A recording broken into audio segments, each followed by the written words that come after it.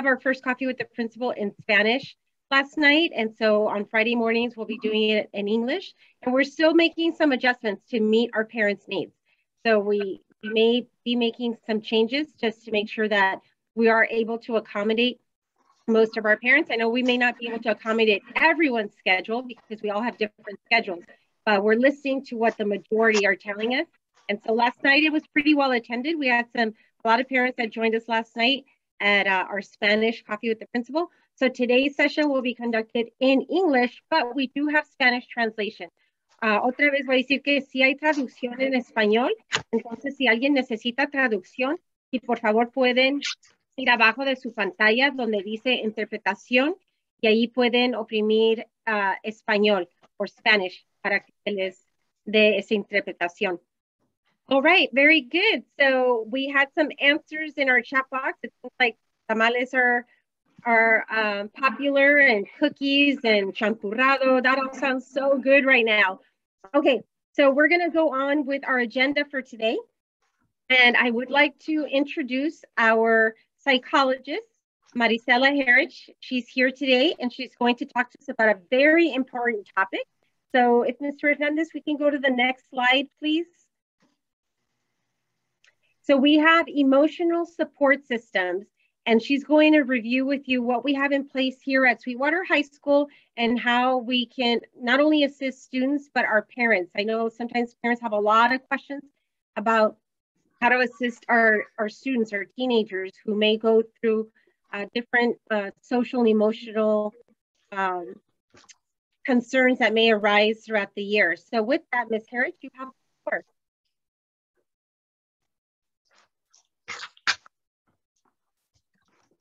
Oh, you're still muted, Ms. Herridge. After like almost 2 years of being on Zoom meetings, I still forget. So good morning, my name is Marisela Herridge. I am the school psychologist here at Sweetwater High, and I'll be going over emotional support systems.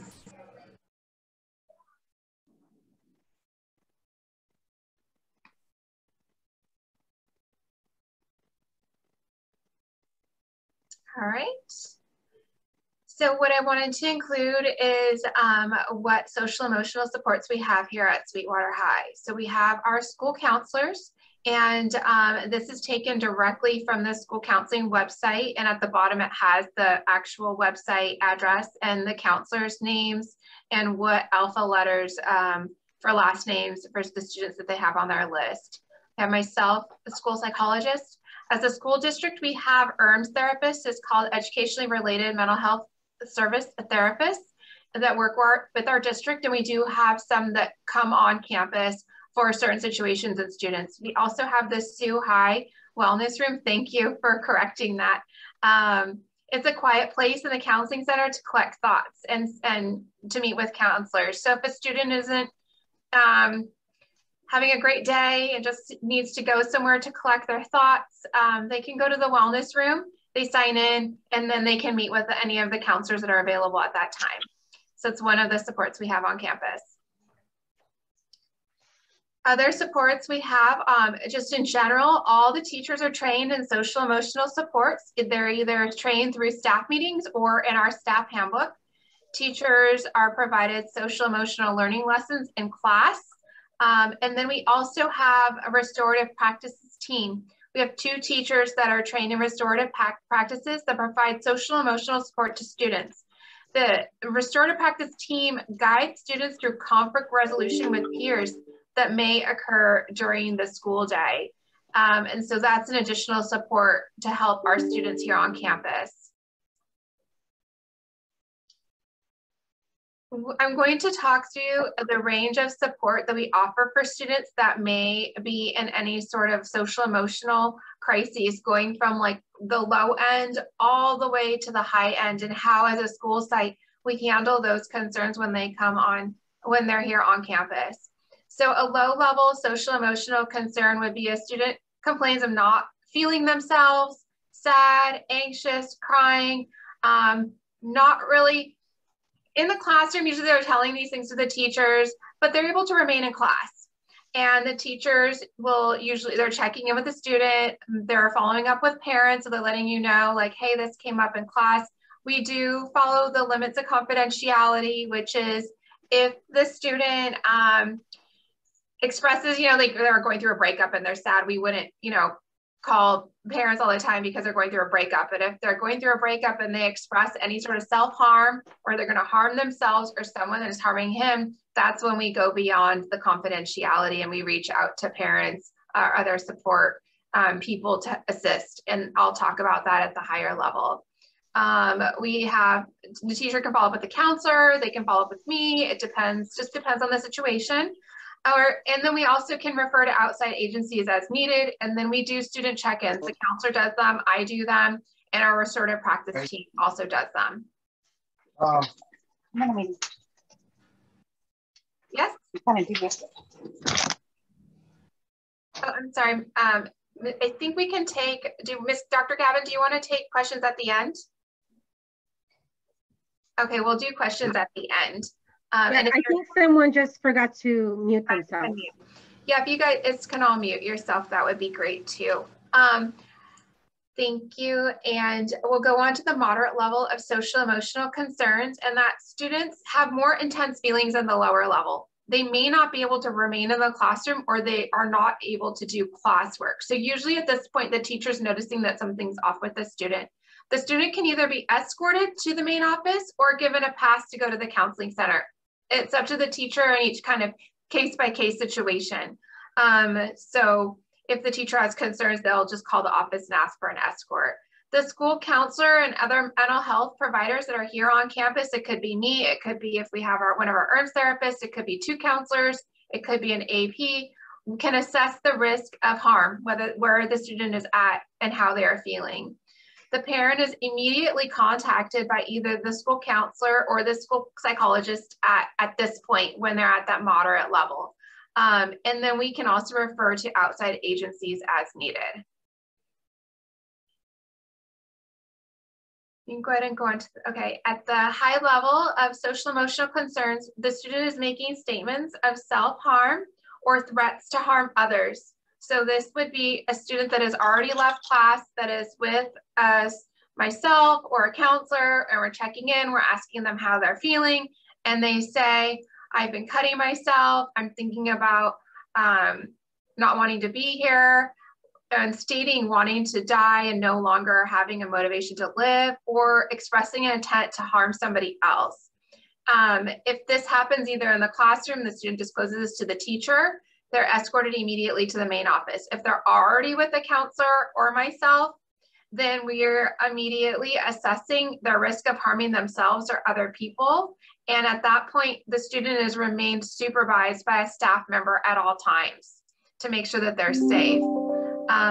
The parents are immediately contacted by somebody here at school to be informed of what is happening and going on in the situation. I do apologize, my reminders keep popping up, and that's chiming in the background. The parent is immediately contacted, and then at this point, confidentiality, of course, we are taking that into consideration. And because they have expressed harm to themselves and or somebody else, or if they've said someone is hurting them, then we, depending on those situations, most likely at the point of self-harm and with an intent to hurt themselves, we are contacting our school resource officer. They're called the SRO, and they're through the National City Police Department. And then the National City Police Department also has what's called the PERT team. And what that stands for is the Psychiatric Emergency Response Team. And they're actually trained mental health clinicians to assess a person's mental health. And at that point, in some cases, the student is taken to a local hospital for a behavior observation. And that term, if you've ever heard it, is called a 5150. It's a mental health hold. That's where a person goes, and it doesn't have to be a student, it could be any person that has risk of harming themselves, can be placed on a 5150 for an observation. And we will talk a little bit about other things as parents you can look for. And so that is on the next slide. So spotting signs of depression in children and teens, I think going into winter break as a parent, these are some things that you can look for if you have concerns about your child being depressed or expressing that they might be harming themselves or thinking about it. So depression in children and teens can look very different from adults. So here are some just common signs to look for. Irritable or angry moods. So depressed teenagers can be grumpy, hostile, easily frustrated, or prone to anger outbursts. Another symptom that can present itself of depression in teens and children is unexplained aches and pains. So complaining of headaches and stomach aches that have no medical cause behind them may indicate signs of depression. So, you know, saying they're constantly feeling sick and like not wanting to go to school, or headaches, shutting down, really quiet.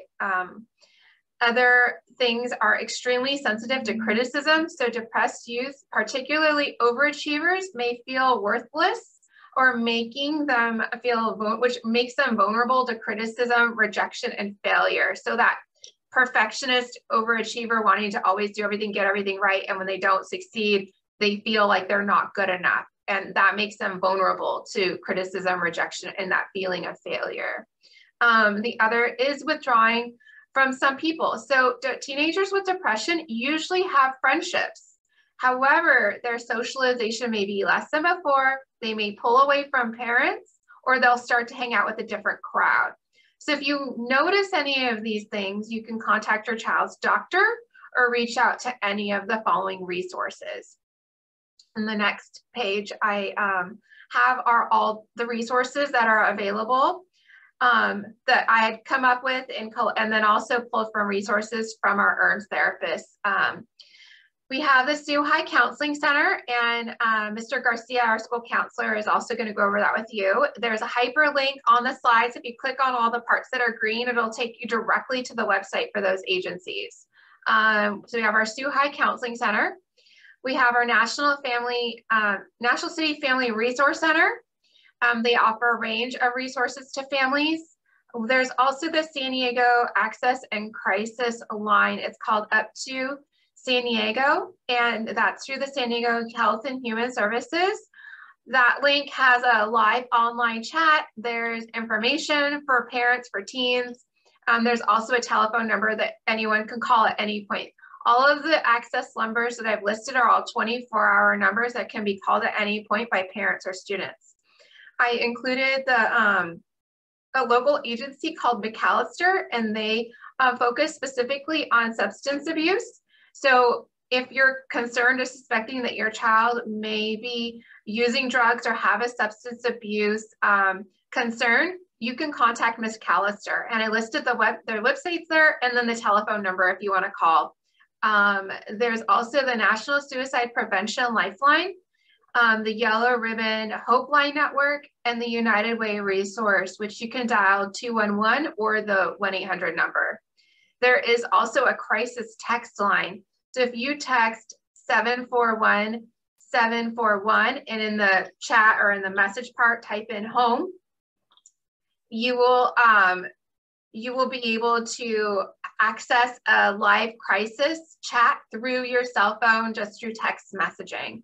And then if at any point, I'm really sorry, if at any point there is a crisis and you're really concerned and it's an emergency situation, you can take your child to Rady's Children's Hospital to be evaluated. They have a behavioral unit called CAPS, or you can call 911 if the person that you're concerned about is resisting any sort of support. You can call 911, and then you can let them know there's some psychiatric needs, and you can ask specifically for the PERT team. Then they'll know that what your concerns are, and obviously it's 911, so you're going to tell them in detail what's going on, but you can specifically say, I like the PERT team. You can take your child to any other emergency room hospital if that's the situation. Rady's just focuses on children, adolescents, but any medical provider will help in an emergency situation. So those are all of the resources heading into winter break. You know, at school, we do a lot of crisis management, but we know going into winter break, wanted to provide you with some resources that you could access on your own. And so that concludes my presentation for this particular section. And if anyone has any questions, you can ask them or put them in the chat. and I can be more than happy to answer those.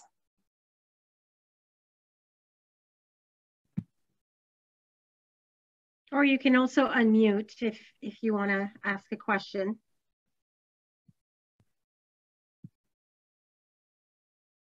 All right. Thank you, Ms. Herridge. And I know this is always a very important topic, because when we talk about providing our students their education, it's not just providing the content, making sure they complete the courses they need to graduate from high school, move on to college, but we also need to make sure we support their social, emotional health and well-being. And that is something that we do here at Sweetwater. And if you know, parents need assistance at home and working with their children, of course, that's what we do as well, as link you to the resources in our community. There is a question in the chat from Nydia. It says, how often are students reminded of your services available if needed? I can talk as far as me as a school psychologist. My office is here in the main building, so sometimes students just pop in. Students know they can go to the counseling center and the wellness room. I need to make an appointment with our ASB dean to get on our student kind of news network and just introduce myself and say who I am. So I have that on my to-do list, so students at least can put a name to my, like a face to my name, and know who I am. So if they see me on campus, I do work a lot with our students that have IEPs. And so a lot of those students know who I am. But as far as the rest of the students on campus, I am new this year to Sweetwater High. So I know a lot of students don't know who I am, but they do know their counseling in the counseling center. And I'm sure Marco, Mr. Garcia will be going over that a little bit too. So thank you, Nydia, for that question. And I hope, was I able to answer that, or do you have any further questions? And I think those are always good reminders, you know, that we push out this information to our students, because, you know, this, like, for example, my 8th year at Sweetwater as principal. And so I'm well aware of what services we provide our students, but our students change year to year. They come in, and we're a very big school with a lot of different services. I mean, just the people that are present in this meeting provide so many different services for our students and our families.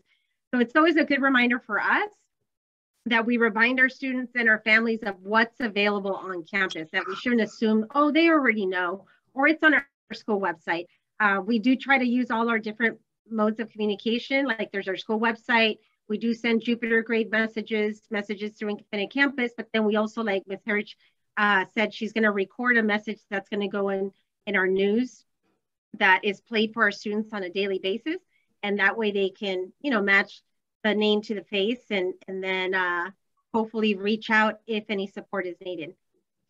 Okay, so now with that, this is actually a good transition to our next presenter. That's Mr. Marco Garcia. He's our head counselor, and he's going to give us more information about what's going through our counseling center and the other systems of support that our counseling center provides throughout the year. Mr. Garcia. Good morning. I'm happy to be here with you guys this morning. Friday is always good. So yes, those are some good questions, and that was a great presentation, Ms. Herridge, on everything that you just presented. I want parents to know that as a counseling team, we definitely work in unison, and we work together with our school psychologists, with our administration, in all of these issues that we're talking about. So it's not just like one department concentrates on certain issues. It's really something, it's a collective effort, and we all work on those things, and we work closely with everything that Ms. Herridge just presented on. So I just want to start by saying that the counseling department is open and is here for all of our students and for all of our parents. We've been very busy lately, and it's usually that way. It's usually that way at the end of the semesters, right? Because that's kind of when tensions run high. Students are a little nervous about grades. So we've been very busy, but I do want to emphasize that as a counseling department, we are open and we are accepting walk-ins, we are accepting appointments. And I say that because as we transitioned back after COVID, I know we were still following some of the safety guidelines, which we still are. But I know we were a little more careful in seeing students in person. We were doing a lot of things virtual and through email and through phone calls. But I do want to let you guys know that we are open and we are here for you guys.